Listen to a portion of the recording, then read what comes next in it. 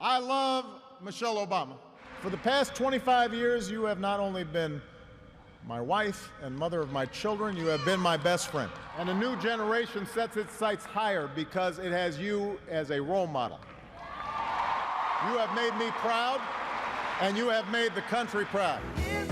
There he is, Barack Obama and Michelle Obama. They are, of course, one powerhouse couple, but don't forget Bill Gates and his wife Melinda. They are famous, and we can't help but aspire to be just like them. And now experts say they have cracked the code to what really makes these pairings so successful. And couple therapist Melissa Ferrari says it all depends on how supportive your other half is. She's with us now. Melissa, tell us about this research. Well, there's been some research done in a university in Pennsylvania, and they studied 160 couples. They gave them puzzles and quizzes to do, and they noticed that the more collaborative, more supportive ones did a whole lot better. And then further 6 months later, they recognised that these same couples were happier in life and felt like they were achieving more and felt more successful generally. That kind of makes sense, though, doesn't it? You know, if you're a single unit together supporting each other, surely that's a better relationship to be in. Of course it is, but I think it kind of get undermined just how important it actually is. You know, relationships are the underbelly to everything we really do.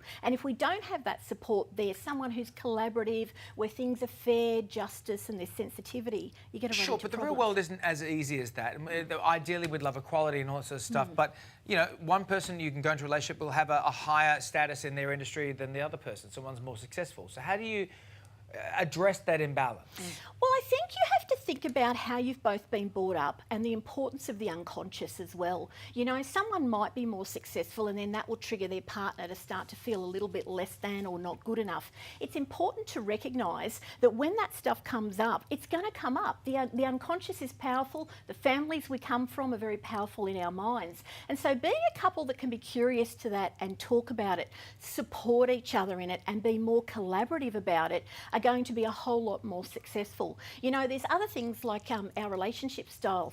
Some of us a little bit more anxious, some of us a little bit more avoidant in our actual personalities. Being aware of that as well, that maybe someone a little bit anxious can't go out into the world the way the other one will, that's just difference, you know, and being able to work with that as a couple and recognising that this is something that's important to do.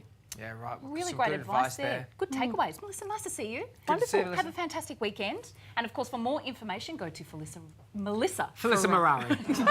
No, melissaferrari.com.au. Thanks, Melissa.